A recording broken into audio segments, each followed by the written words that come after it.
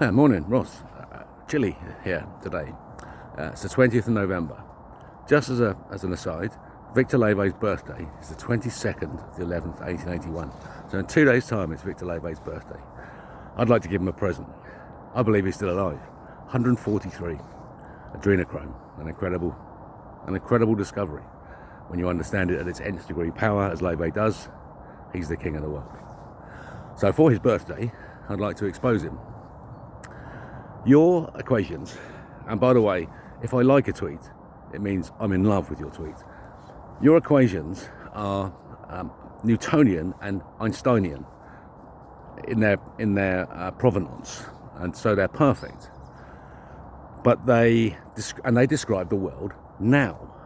So the world that we observe and measure is the world that you have described. But it's not right. It's not natural. It's corrupt. It's running out of energy. The direction of acceleration is negative. So a decelerating rate of acceleration is what we are experiencing and you're describing. Now, the Richter-Nordstrom metric, right, is a direct link to Lewe, and I believe it is Lewe. So, 1915, I know Lewe had worked with Hans Reissner as his assistant. So he leaves physics 1906 as an engineer. He's working with Reissner, an engineer, as doing out in the sticks. Okay, comes back 1915, does his engineering dissertation, and in 1920 he becomes a professor. Hans Reissner assists with his habilitation, so it's on Reissner's say-so that Lewe is allowed to become an engineer. In 1920, a professor. So between 1915 is the dissertation, the secret one, which has been censored, and so we know that that's an action of secrecy, was Lewe's second doctorate. So between 15 and 20, what are they doing? Oh look, that's when the Richter-Nordstrom metric was derived. So I'm saying that's Lewe's hand, it's Lewean mathematics, an approach. So you've got Newtonian and Einsteinian in yours.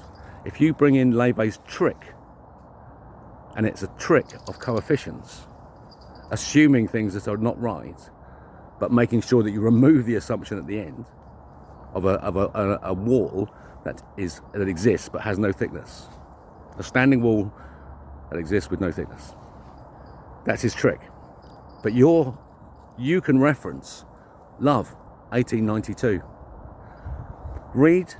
Go on Wikipedia and look at Love's 1892 work. There's an excellent little piece where it just brings out some quotes from it.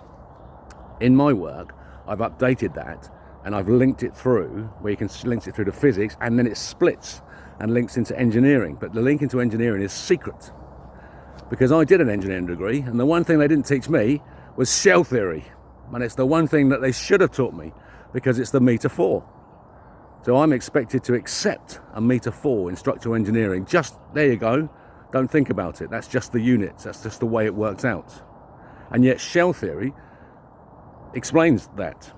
So, and it goes from this monk in the 13th century through Da Vinci, through Euler, through every single name that you can think of in natural philosophy, the natural sciences that Newton and his world, the Enlightenment world, was based on, was all engineers, practical people, not theorists. Lewe embodies both perfectly as the practical man with the theory to back it up. So you can reference Love 1892 and have a look at my reports, have a look at my website, please, on the shell theory, and you'll see where your work now sits, on the very pinnacle of all these giants. It's just they've been hidden from you. It's Euler time. It's wonderful. So all I know is this: H, diameter, time particle, 2 pi, real, I believe. We're looking at the outside surface. Everything inside is based on pi natural. So that's, you've got your phi pi, your golden ratio pi on the outside. So I believe that's the value of H, its perfect value. And that G, the gravitational constant, will then be its correct value. Now let's see what it is. I think it's possibly a quantum jump.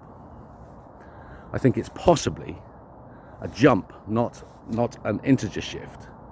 And I think it might go up to 10 or down to 6, no, down to 3, 6, 9. Right? But it depends how we measure it, right? So that could be the gravitational constant, could be one of those 3 values. We see all the bits on the end of it because we're measuring it from real time, where all the corruption is in everything, as you've explained. You've shown that every value has its massive integers. It's irrational, and all those integers, all of those values should be rational, I believe, because then you've got a mathematics that you can really trust, a foundation of mathematics you can really trust, and that's where you're going, Ross. So it's genius. All of us, we've been experiencing genius and proving that we're not geniuses, but we know how to access it. It's the truth. All you got to do, I found, is accept that the Earth is the center of the universe. I knew it 3 years ago, but of course I didn't place it as a certainty by a long chalk. I was uncertain about it forever, for 3 years, until I realized, no, I'm certain.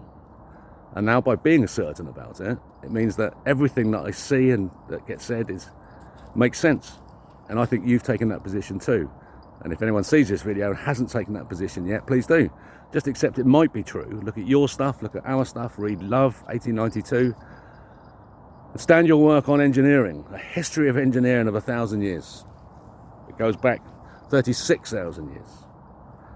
It's Thoth and the Emerald Tablets. It's the information.